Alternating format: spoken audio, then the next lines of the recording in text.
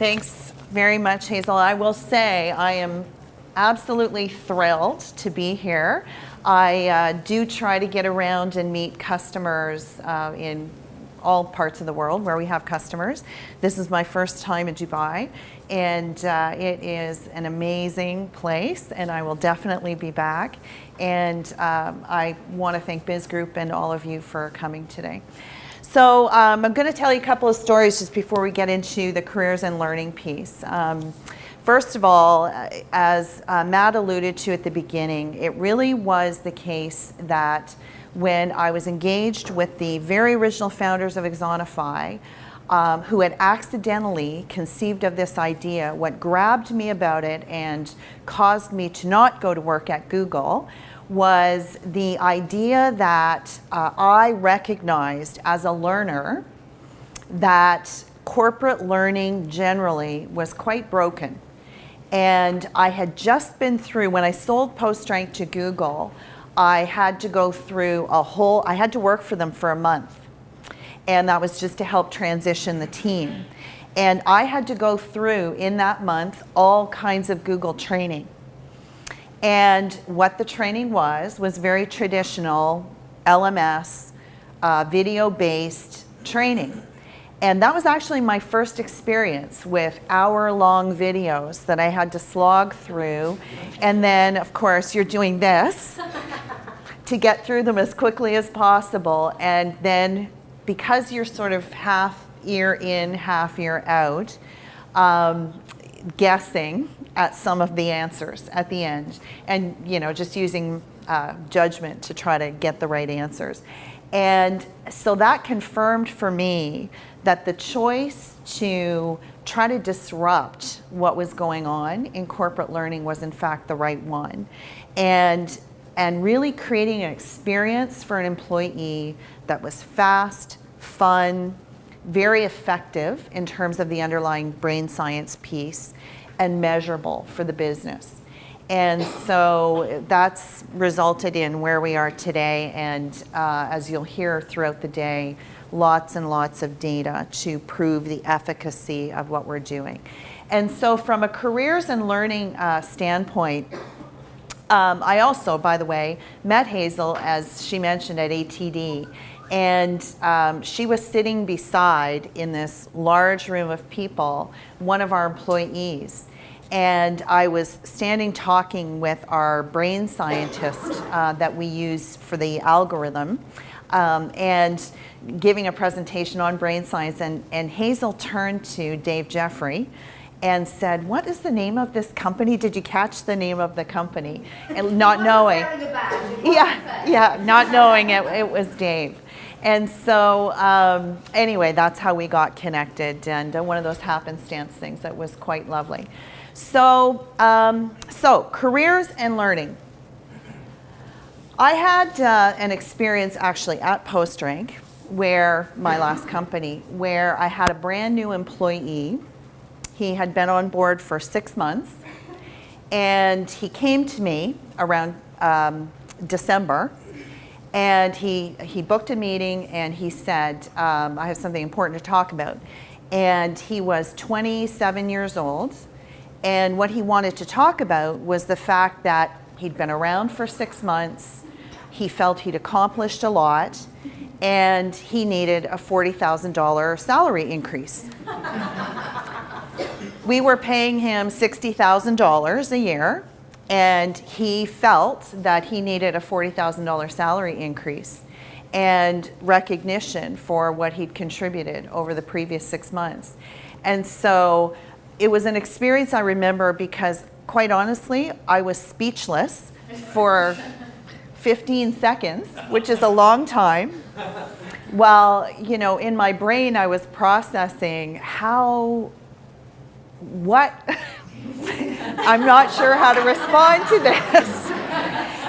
And that was a really specific example for me of the different expectations that some of the younger folk have in the workplace today. And it crosses all sorts of areas of the business, but there is very much a different expectation.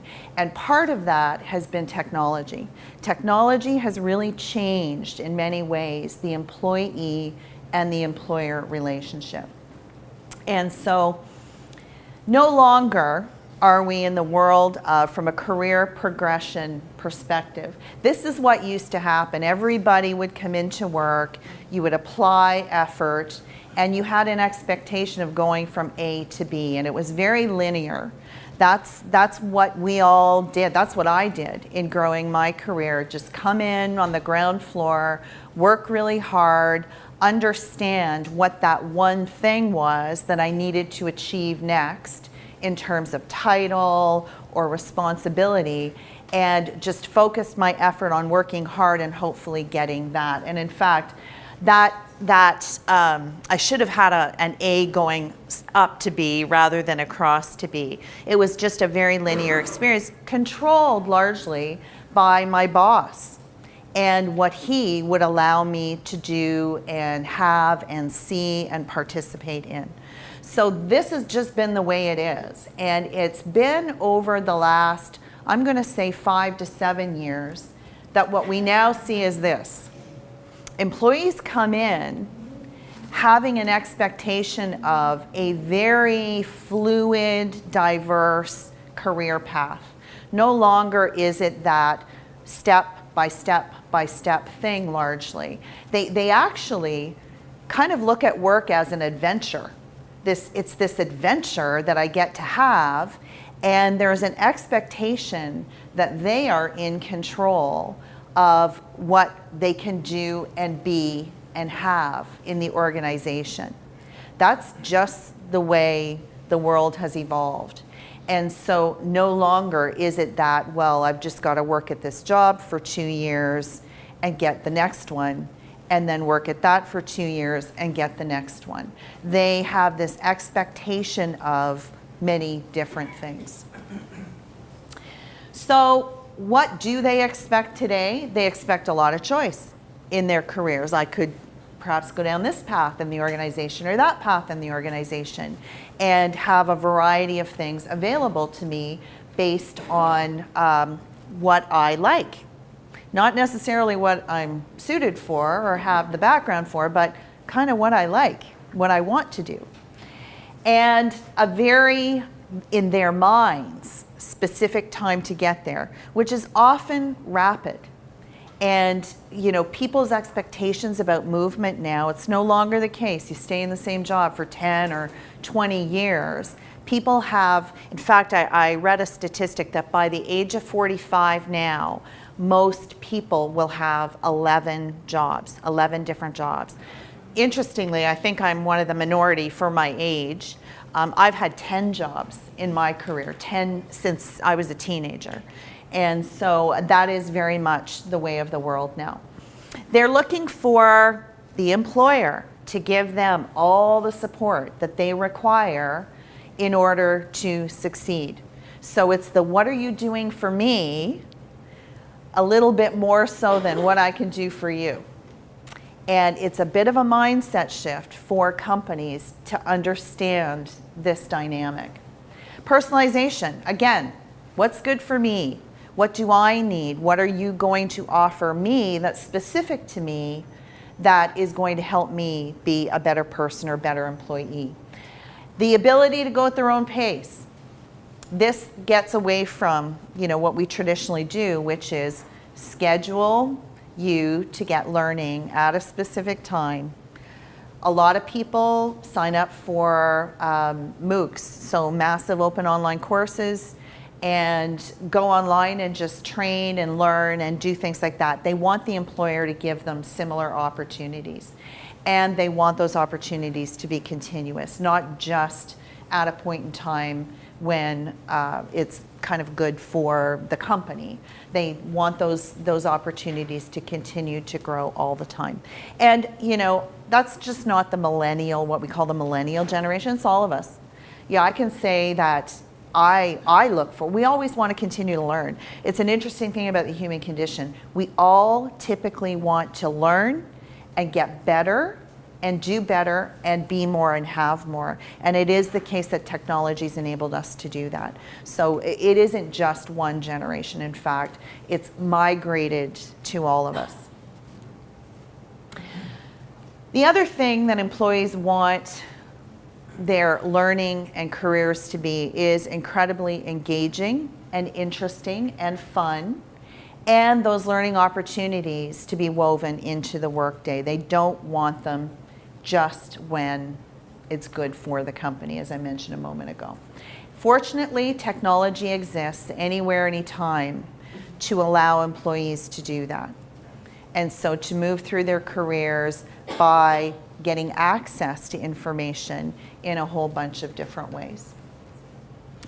So, as I mentioned a moment ago, it does require a pretty significant mind shift and a migration from traditional thinking about career and learning into the modern age.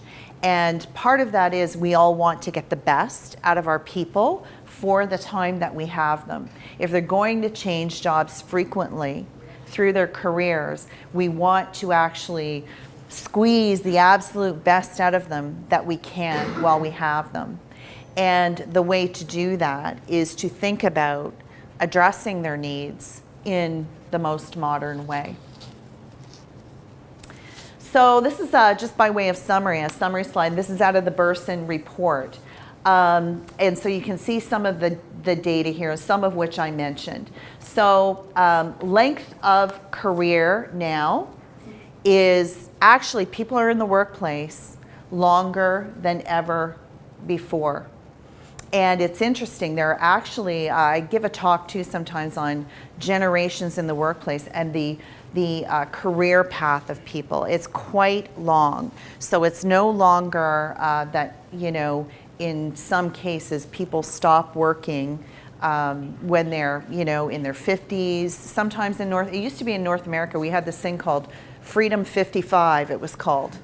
And people had this expectation that they were going to retire at 55 and, you know, go off and drive their luxury vehicles.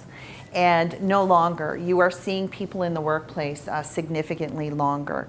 The tenure in a job is shrinking. So people are, in fact, we're seeing that come down. And again, across not just one generation, but many generations. And the half-life of a learned skill, again, driven by technology, is really only 5 years. So rapid change. And in fact, we say this often in talking to clients, people get stuck on the fact that they've created all this content that, oh, you know, we spent so much time and effort creating all this content, and the effort to Axonify it is too much, and we got to redeploy this, all these hour-long videos and all this course material we've created. The reality is skills change and your content needs to change with it. And so don't just think about the half-life of the skills your employees are getting. Think about the content associated with that as well. Very, very relevant.